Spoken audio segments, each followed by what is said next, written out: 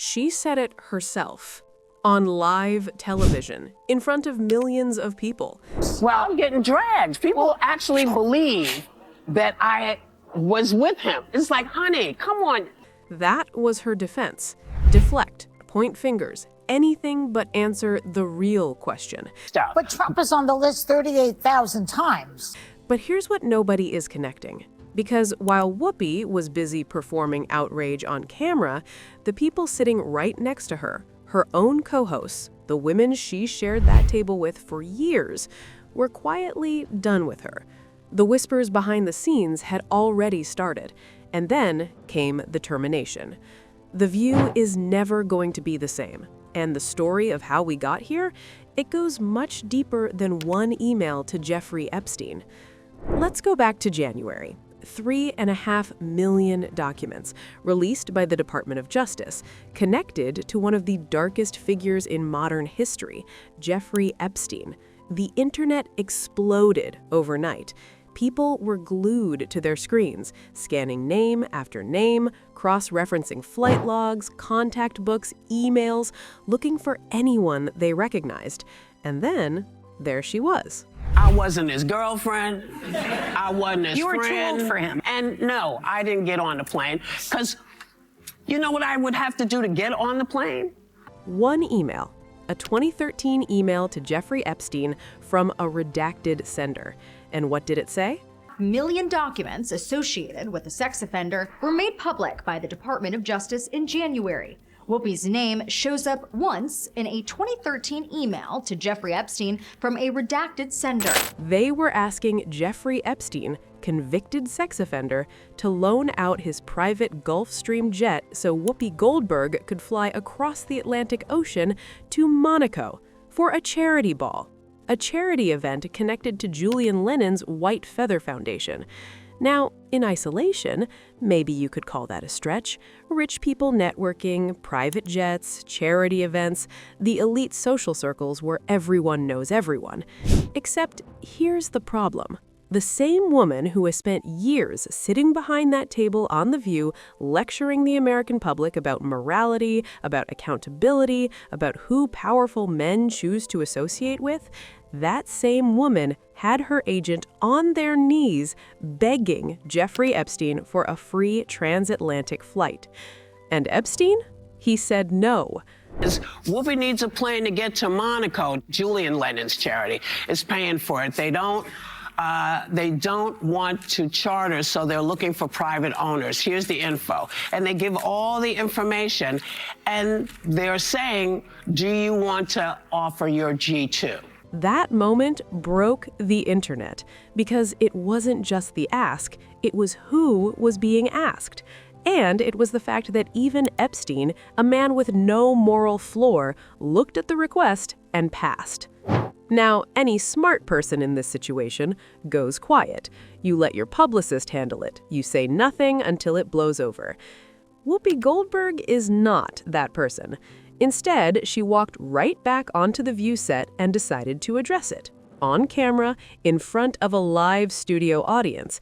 And what came out of her mouth made everything 10 times worse. Dude, how nasty you gotta be.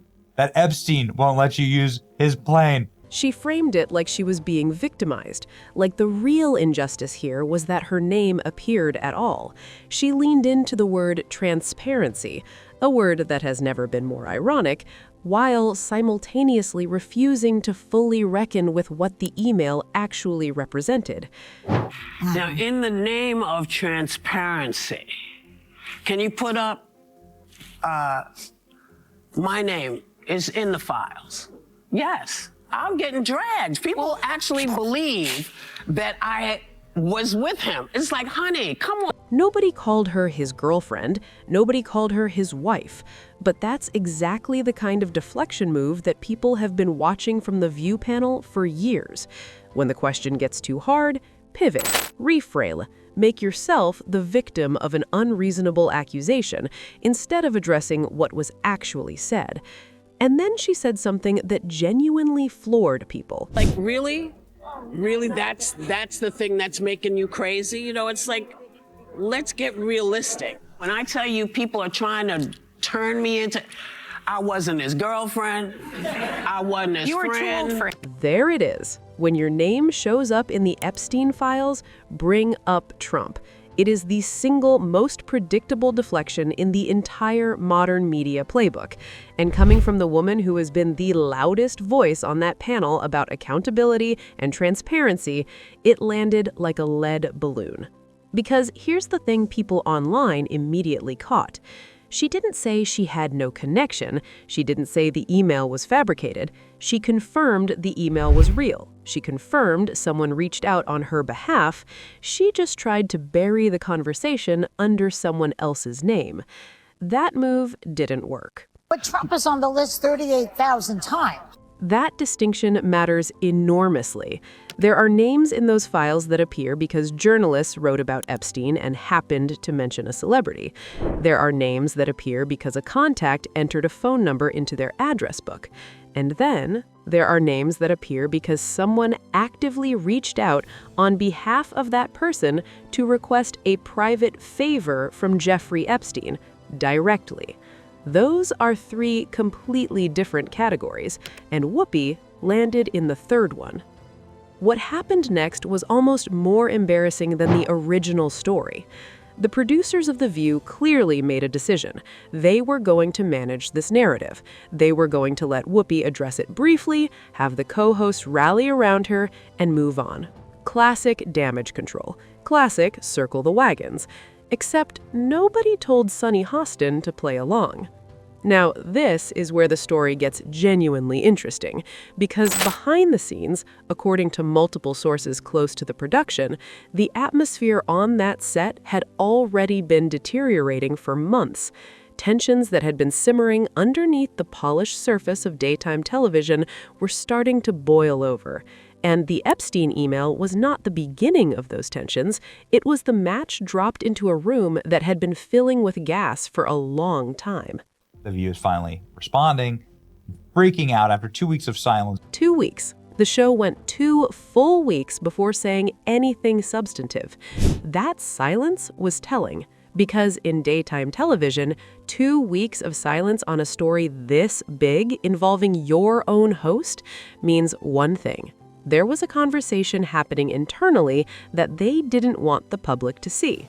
And what sources are now saying is that Sunny Hostin was one of the loudest voices in that conversation. Not publicly, not on camera, but behind closed doors, in the green room, in the hallways, Hostin reportedly made clear that she was uncomfortable, that she had questions, that she was not willing to simply sit at that table and perform solidarity with someone whose name appeared in those files, regardless of the explanation. Think about who Sunny Hostin is. She's a former federal prosecutor. She built her entire brand on the idea of accountability, on following the facts, on not letting powerful people hide behind their platform. And now she's sitting 3 seats away from someone whose agent was in Jeffrey Epstein's inbox asking for private jet rides. That is not a comfortable position for Sunny Hostin to be in. And it showed. Viewers watching closely started noticing the body language, the camera cuts, the moments where Hostin's expression didn't match the energy the producers clearly wanted in the room. These are small things, but in television, especially on a show like The View, where the interpersonal dynamics are literally the product, small things become very loud very fast. Now, let's zoom out. Because while the internet was busy dunking on the jet email, there was a much bigger conversation being ignored. This pattern of prominent media women who built careers on moral authority finding their names adjacent to men like Epstein is not an accident of the news cycle. It's a structural problem with how Hollywood and elite media culture actually work. Joe Rogan addressed this directly. Rogan's point wasn't to convict anyone. His point was about transparency, about why the same names, people with massive platforms, people who lecture the public, keep appearing in proximity to the same dark networks. And the answer he kept circling back to was simple and brutal. Elite networking culture protects its own. like this Epstein file thing, right? That was a big eye-opener for a lot of people. When you see how many people after 2008, after he was arrested, after he went to jail, were actively taking money from him, After he was arrested, after he went to jail, people were still calling him, still meeting him, still accepting favors. And that's the part that makes Whoopi's situation so difficult to simply dismiss. The email asking for Epstein's jet, it was sent in 2013. By that point, Jeffrey Epstein had already been convicted. He had already registered as a sex offender. His crimes were public. His record was public. And someone, on behalf of Whoopi Goldberg, still picked up the phone or the keyboard and asked him for a private favor from Jeffrey Epstein directly. There was a lot of people that met with him and did business with him and traveled with him after he was arrested, after he went to jail. That is the conversation The View never had, because having that conversation, honestly, would mean admitting that the proximity to Epstein wasn't just a footnote. It was part of a broader pattern of powerful people maintaining access to other powerful people, regardless of what those people had done. Now, here's where we get to the part of the story that changes everything. The decision to terminate Whoopi Goldberg from The View did not happen overnight, and it did not happen simply because of the Epstein email. That email was the public-facing piece, the thing the audience could see and point to. But the real story, the story being told by people who know how that production operates, is that the Epstein situation cracked open something that had already been fracturing for months. Let's talk about what that set actually looks like right now. You have Sunny Hostin, a woman built on legal precision and moral accountability, who by multiple accounts is deeply uncomfortable with what the Epstein coverage revealed. Not just uncomfortable with the email, uncomfortable with the response to the email, with the deflection, with watching Whoopi sit on that stage and perform indignation instead of offering the kind of clear, direct accountability that Hostin has built her entire career demanding from other people. The irony would almost be poetic if the stakes weren't so high. You have Joy Behar, who by this point has been on this show long enough to know exactly which way the wind is blowing, staying characteristically quiet.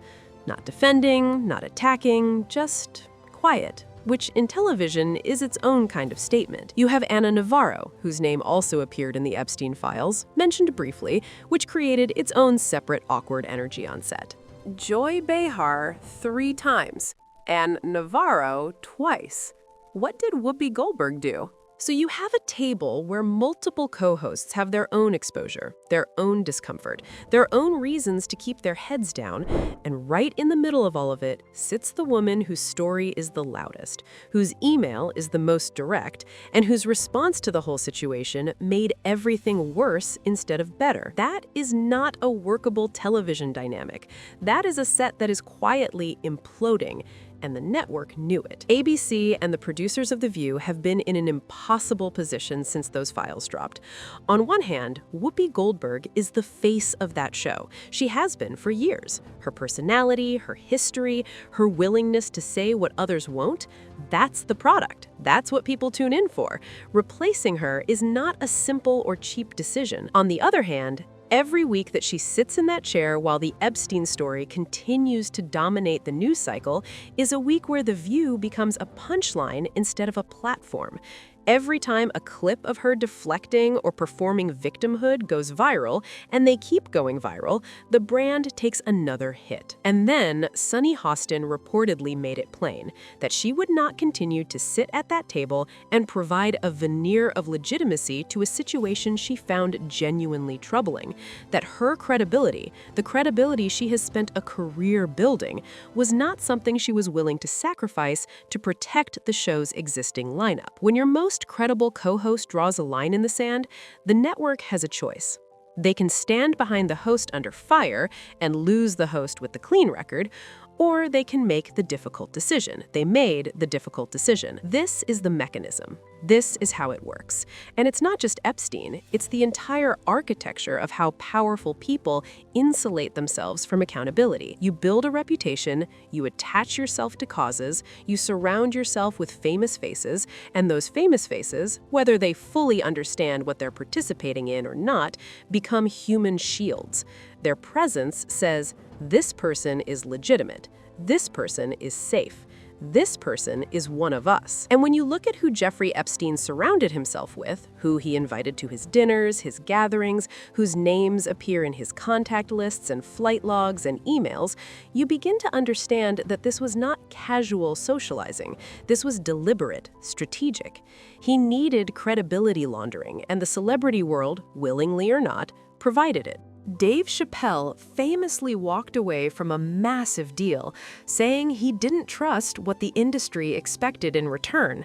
Some believe he didn't just reject a contract, he saw the trap before it snapped shut. Dave Chappelle saw it. He walked away from $50 million and everyone called him crazy. Everyone laughed. And now, 15 years later, as names keep falling out of these files, as the same powerful circles keep getting exposed, as the same media figures who lectured the public about morality keep turning up in the most uncomfortable places, people are not laughing at Dave Chappelle anymore. And they do what's called a salt trap. I didn't know this. Apparently baboons love salt. Okay. So they put a lump of salt in a hole, and they wait for the baboon. The baboon comes, sticks his hand in the hole, grabs the salt makes his hand bigger, and he's trapped. He can't get his hand out. Now, if he's smart, all he does is let go of the salt. That baboon trap. That is what Hollywood built. That is what the network of Epstein adjacency represented for so many people. You accept the access, you accept the proximity, you accept the private jet ride or the dinner invitation or the charity introduction, and slowly, quietly, the hand closes around the salt, and suddenly you can't let go without losing everything. Whoopi Goldberg didn't let go in time. Here's what everyone needs to understand about where this story goes from here. The termination of Whoopi Goldberg from The View is not the end of the story. It is the beginning of the next chapter. Because the moment she leaves that chair, the questions don't go away. They follow her. Every interview, every red carpet, every public appearance becomes an opportunity for someone to ask the questions that The View's controlled environment was able to manage, barely, for the last several months. And here's the other thing nobody is talking about. The Epstein files are not finished. The documents that have been released represent a fraction of what is believed to exist. Legal challenges are still active, names that have not yet surfaced publicly are still buried in sealed records.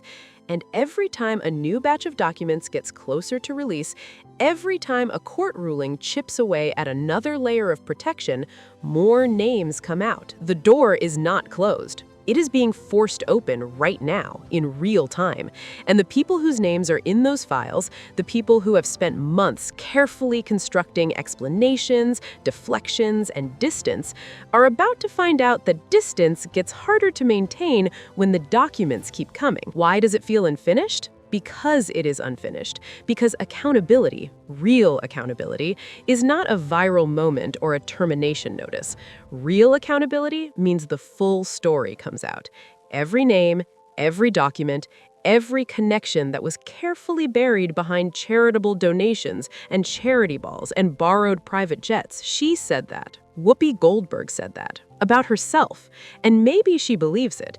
But standing up for what you believe in works a lot better when you're simultaneously defending yourself for reaching out to a convicted sex offender for a free plane ride. The View gave her the platform. The Epstein files took it away. And Sunny Hostin, the only woman at that table who built her career on demanding accountability from powerful people, was reportedly not willing to look the other way. That is the story. That is how it ended. And this, right here, is why the Epstein files matter beyond the names, beyond the emails, beyond the jet requests and the charity balls and the deflections on live television. Because when documents this significant finally reach the public, when years of carefully maintained images start to crack under the weight of real receipts, even the most protected people in the most protected spaces lose the thing they've been hoarding since the beginning: the benefit of the doubt. Whoopi Goldberg lost hers, and the women who used to sit beside her are already moving on.